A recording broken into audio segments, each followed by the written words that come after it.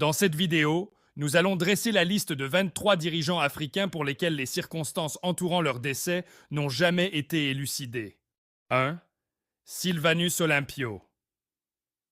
Sylvanus Olympio, né le 6 septembre 1902 à Kpando, au Togo, a joué un rôle crucial dans la quête d'indépendance de son pays. Après des études à Londres, il est retourné au Togo, occupant divers postes au sein de l'administration coloniale française. En tant que leader du Comité de l'Unité togolaise, CUT, il a été un acteur majeur dans la lutte pour l'indépendance, qui a finalement abouti le 27 avril 1960. Sylvanus Olympio est devenu le premier président de la République togolaise, œuvrant pour établir les bases d'une nation souveraine. Cependant, son mandat fut brutalement interrompu le 13 janvier 1963, lorsqu'il a été assassiné lors d'un coup d'État militaire. Cet événement tragique a marqué un tournant dans l'histoire du Togo, déclenchant une période d'instabilité politique qui a eu des répercussions durables sur le pays. 2. Laurent-Désiré Kabila. Laurent-Désiré Kabila, né le 27 novembre 1939 au Congo belge, actuelle République démocratique du Congo RDC, était un homme politique et révolutionnaire congolais. Il a émergé comme une figure clé dans l'histoire tumultueuse de son pays, notamment en raison de son rôle dans la chute du régime du président Mobutu Sese Seko. Kabila a commencé son engagement politique dans les années 1960, luttant contre le régime de Mobutu.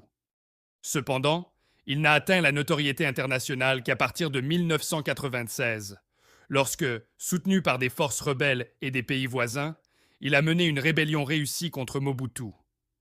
En 1997, il est devenu président de la RDC après la prise de Kinshasa. Son mandat présidentiel a été marqué par des défis politiques, économiques et sociaux. Cependant, en janvier 2001, la trajectoire de Kabila a pris une tournure tragique. Il a été assassiné dans des circonstances mystérieuses à Kinshasa. Cet événement a plongé le pays dans une période d'incertitude politique et a eu des conséquences durables sur l'avenir politique de la République démocratique du Congo. 3. Johnson Thomas Aguiyi Ironsi. Johnson Thomas Aguiyi Ironsi était un militaire et homme d'État nigérian, né le 3 mars 1924 et décédé tragiquement le 29 juillet 1966. Il a joué un rôle significatif dans l'histoire politique du Nigeria, notamment en tant que premier chef de l'État après le coup d'État de janvier 1966. Aguiyi Ironsi a commencé sa carrière militaire et a gravi les échelons pour devenir le commandant en chef des forces armées nigérianes. À la suite du coup d'État du 15 janvier 1966, qui a renversé le gouvernement civil, Aguiyi Ironsi est devenu le chef de l'État et a suspendu la Constitution, mettant en place un gouvernement militaire. Cependant, son mandat a été de courte durée et a été marqué par des tensions ethniques et régionales croissantes. Le 29 juillet 1966, Aguiyi Ironsi a été capturé et assassiné lors d'un contre-coup d'État. Son décès a été un moment déterminant dans l'histoire du Nigeria, intensifiant les troubles politiques et ethniques qui ont ultérieurement conduit à la guerre civile nigériane de 1967 à 1970. 4. Abdirachid Ali Shermarke. Abdirachid Ali Shermarke était un homme d'État somalien, né le 8 juin 1919 à Aradere et assassiné le 15 octobre 1969 à Mogadiscio. Il a joué un rôle clé dans la politique somalienne et a été le deuxième président de la République de Somalie. Shermarke a commencé sa carrière politique dans les années 1950 et a occupé divers postes gouvernementaux. Il a été élu président de la Somalie en 1967, succédant à Aden Abdullah Osman Dar. Son mandat a été marqué par des défis économiques et politiques, mais il a également été caractérisé par des efforts visant à moderniser le pays. Cependant, le 15 octobre 1969, Abdirachid Ali Shermarke a été assassiné à Mogadiscio par un membre de sa garde rapprochée. Cet événement a conduit à une période d'instabilité politique en Somalie, marquée par des coups d'État successifs et la montée au pouvoir de Siad Barre. L'assassinat de Shermarke a eu des conséquences significatives sur la trajectoire politique de la Somalie, contribuant à l'instabilité qui a persisté dans le pays au fil des décennies. 5. François Tombalbaye. François Tombalbaye était un homme politique tchadien, né le 15 juin 1918 à Bessada et assassiné le 13 avril 1975 à N'Djamena. Il fut le premier président du Tchad, jouant un rôle majeur dans l'histoire politique du pays. Tombal Baye a émergé sur la scène politique pendant la période coloniale, militant pour l'indépendance du Tchad. En 1960, à l'accession du Tchad à l'indépendance, il est devenu le premier président du pays. Son mandat a été marqué par des efforts pour consolider le pouvoir et maintenir l'unité nationale, mais il a également été critiqué pour son autoritarisme. Le 13 avril 1975, François Tombal Baye a été tragiquement assassiné lors d'un coup d'État militaire. Cet événement a déclenché une période d'instabilité politique au Tchad, marquée par des changements fréquents de gouvernement et des conflits internes. L'assassinat de Tombal Baye a eu des répercussions profondes sur le pays, contribuant à l'instabilité politique qui a caractérisé le Tchad pendant de nombreuses années. 6. Tafari Benti. Tafari Benti était un homme politique éthiopien, né le 10 novembre 1921 à Woleita et assassiné le 3 novembre 1977 à Addis Abeba. Il a occupé des postes de responsabilité au sein du gouvernement éthiopien et fut le président du gouvernement militaire provisoire de l'Éthiopie socialiste, le comité militaire qui a renversé l'empereur Haïlé Sélassié en 1974. Tafari Benti a rejoint l'armée éthiopienne et a gravi les échelons pour devenir général. Après le renversement de l'empereur Haïlé Sélassié, il est devenu président du gouvernement militaire provisoire de l'Éthiopie socialiste et a joué un rôle central dans l'administration du pays. Cependant, la période qui a suivi le renversement de l'empereur a été marquée par des luttes internes au sein du gouvernement militaire provisoire de l'Éthiopie socialiste. Le 3 novembre 1977, Tafari Benti a été assassiné dans des circonstances entourées de mystères. Son décès a contribué à l'instabilité politique en Éthiopie, déjà éprouvée par des conflits internes et des réformes radicales entreprises par le gouvernement militaire provisoire de l'Éthiopie socialiste. Par la suite, Mengistu Haïlé Mariam a pris le pouvoir et a consolidé son contrôle sur le pays, prolongeant une période de troubles qui a duré jusqu'à la chute du régime du gouvernement militaire provisoire de l'Éthiopie socialiste en 1991. 7. Ali Soilim Tsashiwa. Ali Soilim Tsashiwa était un homme politique comorien, né le 7 janvier 1937 à Mitsuje et assassiné le 29 mai 1978 à Moroni. Il a été le président de l'Union des Comores pendant une courte période, mais son mandat a été marqué par des réformes politiques et sociales importantes. Ali Soili a émergé sur la scène politique comorienne dans les années 1970, prônant des idées socialistes et nationalistes. En 1975, il a pris le pouvoir lors d'un coup d'État, renversant le président Ahmed Abdallah. Son gouvernement a entrepris des réformes pour réduire les inégalités sociales et économiques. Cependant, le mandat de Soili a été tumultueux et a suscité des oppositions internes et externes. Le 13 mai 1978, il a été renversé par un autre coup d'État orchestré avec le soutien de la France.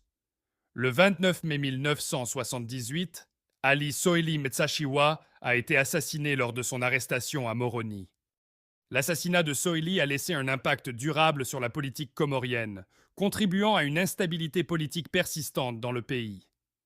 Son histoire est souvent vue comme une tragédie complexe mêlant des éléments de lutte politique, d'ingérence étrangère et de rivalités internes au sein de l'archipel des Comores. 8. Anwar el-Sadat. Anwar el-Sadat était un homme d'État égyptien, né le 25 décembre 1918 à Mitabou al-Koum et assassiné le 6 octobre 1981 au Caire.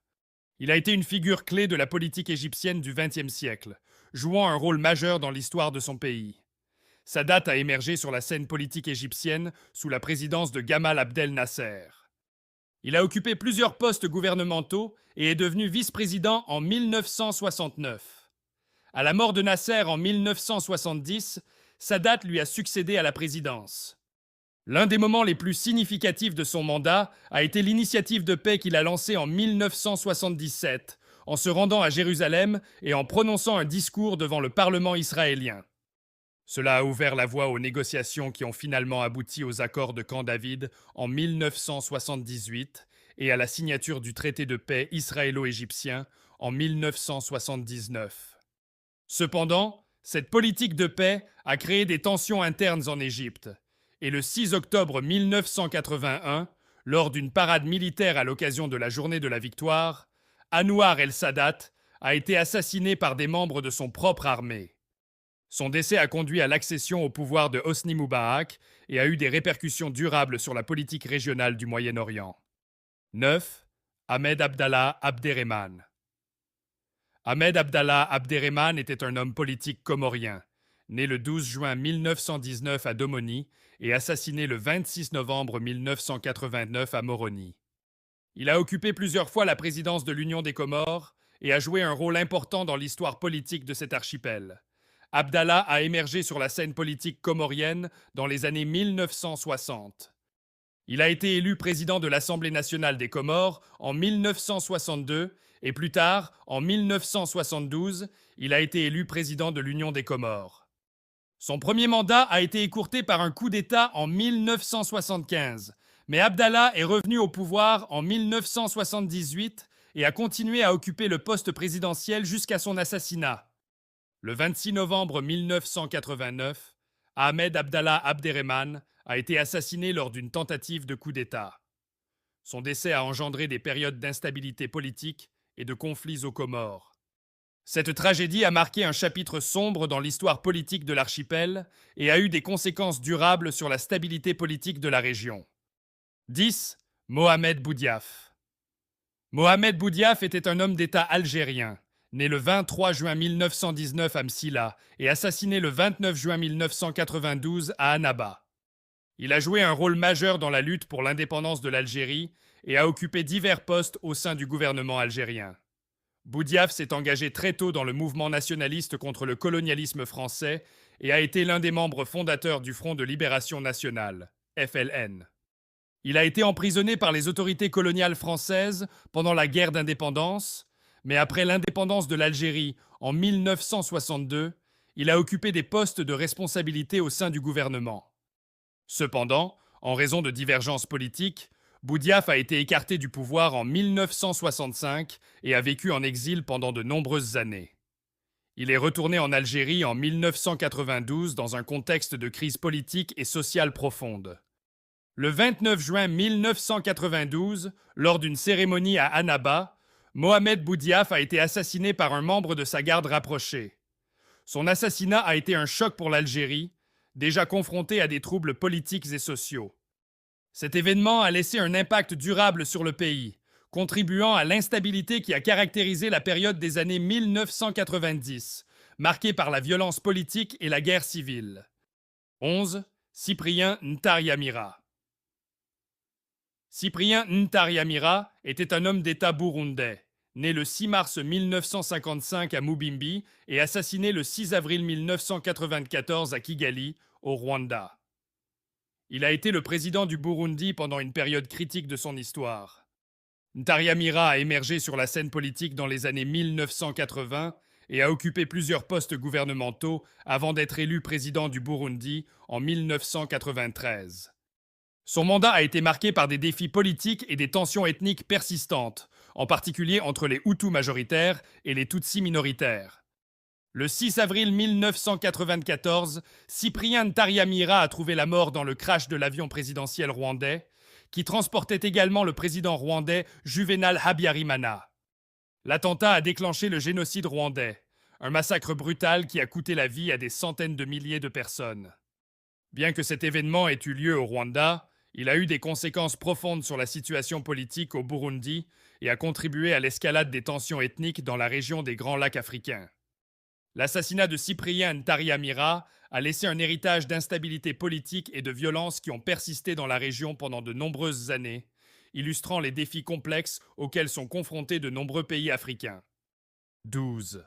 Marien Ngouabi. Marien Ngouabi était un homme d'État congolais, né le 31 décembre 1938 à Olombo et assassiné le 18 mars 1977 à Brazzaville. Il a joué un rôle central dans la politique du Congo pendant une période importante de son histoire. Ngouabi est entré dans l'armée congolaise et a gravi les échelons jusqu'à devenir colonel. En 1968, il a dirigé un coup d'État qui a renversé le président Alphonse Massamba Deba, le plaçant au pouvoir. En 1970, il a été élu président du comité central du Parti congolais du travail, PCT, et a introduit un parti unique au Congo-Brazzaville. Mariane Ngouabi a cherché à instaurer une politique socialiste et a établi des relations avec des pays du bloc de l'Est. Cependant, son mandat a été marqué par des tensions internes au sein du PCT et des défis économiques. Le 18 mars 1977, Mariane Ngouabi a été assassinée dans des circonstances mystérieuses. Son décès a conduit à l'accession au pouvoir de Denis Sassou Nguesso, qui a dirigé le pays de manière intermittente jusqu'à nos jours.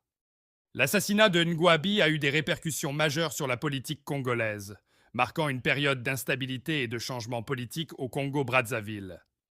13. Samuel Kagnondo. Samuel Kagnondo était un homme d'État libérien, né le 6 mai 1951 à Tuzon et assassiné le 9 septembre 1990 à Monrovia. Il a été une figure clé de la politique libérienne dans les années 1980. Doe est entré dans l'histoire en 1980 lorsqu'il a mené un coup d'État militaire qui a renversé le gouvernement élu de William Tolbert. Doe, un sergent-major de l'armée à l'époque, est devenu le président du Libéria et a dirigé le pays d'une manière autoritaire. Son régime a été marqué par des violations des droits de l'homme, la répression politique et des tensions ethniques croissantes. En 1985, Doe a remporté les élections présidentielles controversées, mais son mandat a été entaché par des allégations de fraude électorale. Le 9 septembre 1990, Samuel Doe a été capturé par un groupe rebelle dirigé par Prince Johnson pendant la première guerre civile libérienne. Samuel Doe a été torturé et finalement assassiné. Les circonstances entourant sa mort sont restées controversées et ont contribué à l'instabilité continue du Libéria au cours des années suivantes. L'assassinat de Doe a joué un rôle dans l'escalade du conflit civil, marquant une période sombre de l'histoire libérienne. 14. Ibrahim Baré Maïna Sara. Ibrahim Baré Maïna Sara était un homme politique nigérien, né le 9 mai 1949 à Maradi et assassiné le 9 avril 1999 à Niamey. Il a joué un rôle central dans la politique du Niger, mais son régime a été marqué par des controverses et des troubles. Maïna Sara a émergé sur la scène politique nigérienne en 1996 lorsqu'il a renversé le président élu Mahaman Ousmane lors d'un coup d'État militaire. Il s'est ensuite autoproclamé président et a dirigé le pays jusqu'à son assassinat en 1999. Son régime a été caractérisé par des critiques de la communauté internationale en raison de l'absence de processus démocratique et des violations des droits de l'homme. Bien qu'il ait promis de restaurer la démocratie, Maïna Sara a été accusé de maintenir un contrôle autoritaire sur le Niger. Le 9 avril 1999, Ibrahim Baré Maïna Sara a été assassiné lors d'un coup d'État militaire, mettant fin à son régime controversé. Son décès a déclenché une période d'instabilité politique au Niger, avec des changements fréquents de gouvernement et une lutte pour le pouvoir qui a persisté au cours des années suivantes. L'assassinat de Maïna Sara a eu des répercussions significatives sur la stabilité politique du Niger à la fin du XXe siècle. 15. João Bernardo Vieira. João Bernardo Vieira, également connu sous le nom de Nino Vieira, était un homme politique bisso-guinéen, né le 27 avril 1939 à Bissau et assassiné le 2 mars 2009 à Bissau. Il a joué un rôle majeur dans l'histoire politique de la Guinée-Bissau, mais son leadership a été marqué par des périodes d'instabilité. Vieira a émergé sur la scène politique en tant que commandant militaire pendant la lutte pour l'indépendance de la Guinée-Bissau contre la domination portugaise. Après l'indépendance en 1973, il est devenu le premier président du pays en 1980. Son régime a été caractérisé par des conflits internes, des coups d'État et des tensions politiques. En 1999, Vieira a été renversé lors d'une guerre civile, mais il est revenu au pouvoir en 2005 après avoir remporté les élections présidentielles. Cependant, son retour a été marqué par des périodes de violence et de conflits politiques. Le 2 mars 2009, João Bernardo Vieira a été assassiné dans des circonstances entourées de mystères, mettant fin à sa longue carrière politique et à sa vie. Son assassinat a contribué à l'instabilité continue en Guinée-Bissau et a souligné les défis persistants liés à la gouvernance et à la stabilité politique dans la région. 16. Mouammar Kadhafi. Mouammar Kadhafi, né le 7 juin 1942 à Sirte et assassiné le 20 octobre 2011 à Sirte, était un homme politique libyen et une figure controversée de la scène internationale. Il a dirigé la Libye pendant près de 42 ans. Kadhafi est arrivé au pouvoir en 1969 à la suite d'un coup d'État militaire contre le roi Idriss Ier. Il a instauré un système politique basé sur ses idées du socialisme arabe et du panarabisme, mettant en place une structure politique unique et exerçant un contrôle étroit sur le gouvernement et l'économie. Son règne a été marqué par des périodes d'isolement international. En 2011, lors du printemps arabe, des manifestations et des révoltes populaires ont éclaté en Libye, conduisant à une intervention militaire internationale. Les forces rebelles, appuyées par des puissances occidentales, ont finalement renversé Kadhafi. Le 20 octobre 2011, Mouammar Kadhafi a été capturé par des forces rebelles à Sirte, sa ville natale, et a été tué dans des circonstances violentes.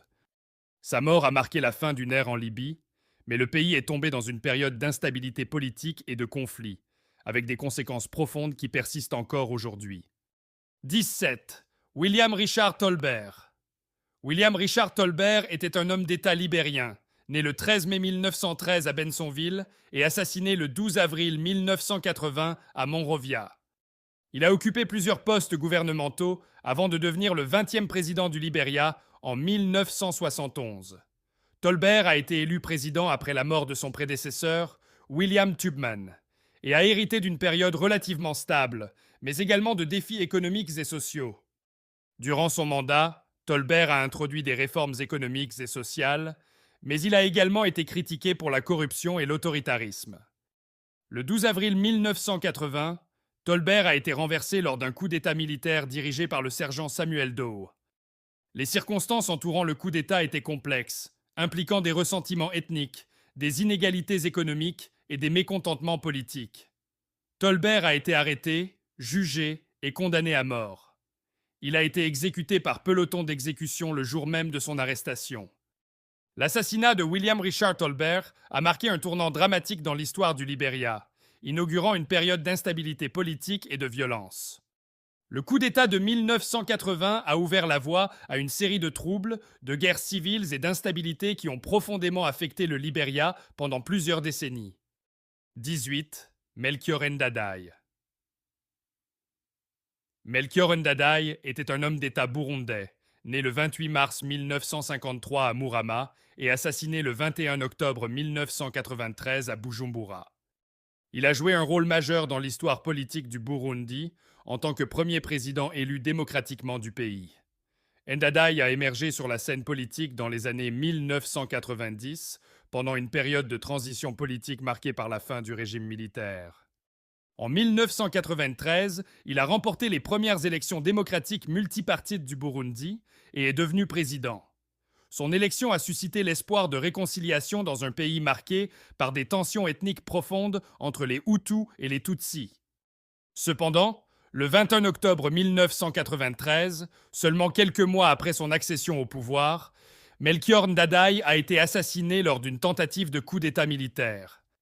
Son décès a déclenché des violences interethniques généralisées au Burundi, plongeant le pays dans une guerre civile qui a duré plusieurs années. L'assassinat de Ndadaye a marqué le début d'une période sombre de l'histoire du Burundi, avec des conflits violents entre les Hutus et les Tutsis. Les troubles politiques et ethniques ont persisté dans le pays pendant de nombreuses années, contribuant à une instabilité politique prolongée.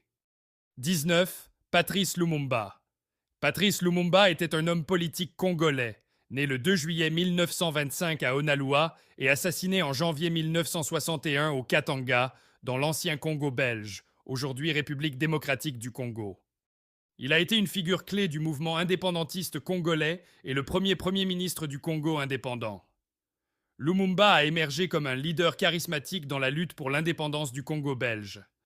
En 1960, le pays a obtenu son indépendance et Lumumba est devenu le Premier ministre. Cependant, son mandat a été de courte durée, marqué par des tensions politiques internes et des ingérences étrangères. En septembre 1960, Lumumba a été destitué de ses fonctions de Premier ministre et placé en résidence surveillée. Plus tard, il a été transféré au Katanga, une province rebelle, où il a été arrêté et maltraité.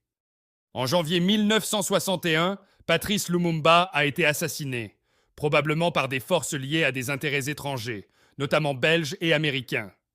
L'assassinat de Patrice Lumumba a eu des conséquences durables sur l'histoire du Congo et a symbolisé les défis liés à l'indépendance africaine face aux influences étrangères.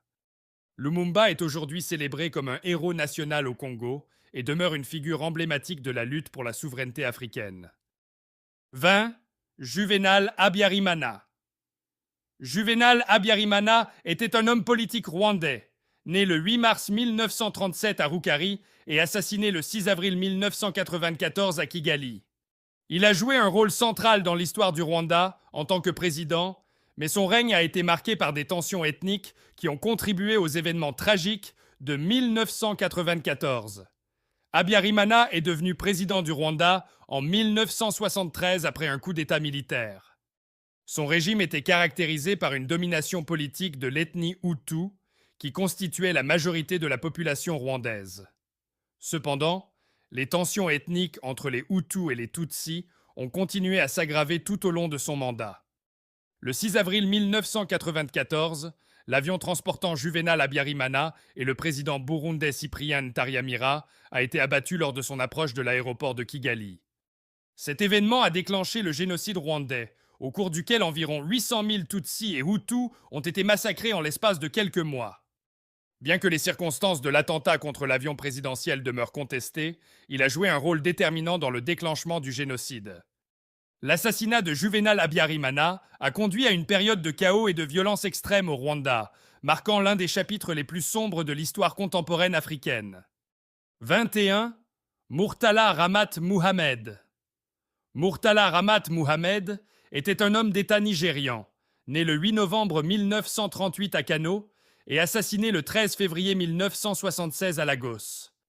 Il a joué un rôle significatif dans l'histoire politique du Nigeria pendant une période tumultueuse.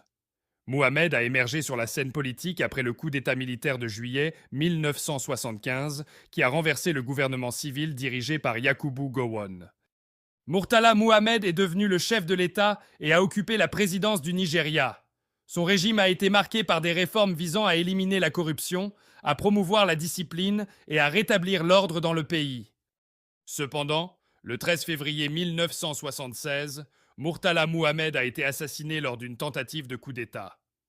Des hommes armés ont attaqué son véhicule à Lagos, mettant fin prématurément à son mandat présidentiel. Son décès a laissé le Nigeria dans un état de choc et a ouvert la voie à la présidence d'Olusegun Obasanjo. L'assassinat de Murtala Ramat Mohamed a eu des répercussions profondes sur la politique nigériane. Bien que son temps au pouvoir ait été relativement court, son héritage est souvent salué pour son engagement envers la lutte contre la corruption et son plaidoyer en faveur d'une gouvernance plus transparente au Nigeria. 22. Richard Ratsimandrava. Richard Ratsimandrava était un homme d'État malgache, né le 27 mars 1931 à Ambositra et assassiné le 11 février 1975 à Antananarivo. Il a brièvement occupé la présidence de Madagascar avant son assassinat, jouant un rôle majeur dans la politique du pays. Ratsimandrava a émergé sur la scène politique au début des années 1970. En 1972, il est devenu le premier ministre de Madagascar sous la présidence de Gabriel Ramanantsoa. Cependant, cette période était marquée par des tensions politiques et sociales, et Ratsimandrava a été confronté à des défis importants. Le 5 février 1975, Gabriel Ramanantsoa a démissionné de la présidence et a été remplacé par Richard Ratsimandrava. Cependant, seulement 6 jours après son accession à la présidence, Ratsimandrava a été assassiné dans des circonstances mystérieuses le 11 février 1975. Son assassinat a plongé Madagascar dans une période d'instabilité politique et a été suivi de plusieurs coups d'État successifs. L'identité des auteurs de l'assassinat de Richard Ratsimandrava reste floue, et l'événement a laissé une marque profonde sur l'histoire politique de Madagascar. Les circonstances entourant sa mort ont contribué à l'instabilité politique qui a persisté dans le pays au cours des décennies suivantes. 23. Thomas Sankara. Thomas Sankara était un homme d'État burkinabé, né le 21 décembre 1949 à Yako et assassiné le 15 octobre 1987 à Ouagadougou. Il a été une figure emblématique du panafricanisme et du socialisme révolutionnaire, et il a exercé la présidence du Burkina Faso de 1983 à 1987. Sankara est arrivé au pouvoir à la suite d'un coup d'État en 1983, renversant le président Jean-Baptiste Ouédraogo. Durant son court mandat, Sankara a entrepris des réformes radicales visant à transformer le Burkina Faso sur le plan politique, économique et social. Il a mis en place des programmes de lutte contre la corruption, d'éducation et de santé, ainsi que des politiques d'autosuffisance alimentaire. Sankara a également cherché à renommer le pays, passant du nom de Haute-Volta à Burkina Faso, ce qui signifie la terre des hommes intègres. Son gouvernement a promu des idéaux d'indépendance, de fierté africaine et de refus de l'aide étrangère conditionnelle. Cependant, le 15 octobre 1987, Thomas Sankara a été assassiné lors d'un coup d'État qui a porté Blaise Compaoré au pouvoir. Les circonstances exactes de sa mort demeurent sujettes à controverse, mais son héritage est considéré comme un symbole du leadership africain axé sur l'autonomie, la justice sociale et la dignité nationale. Nous sommes à la fin de cette vidéo et je vous remercie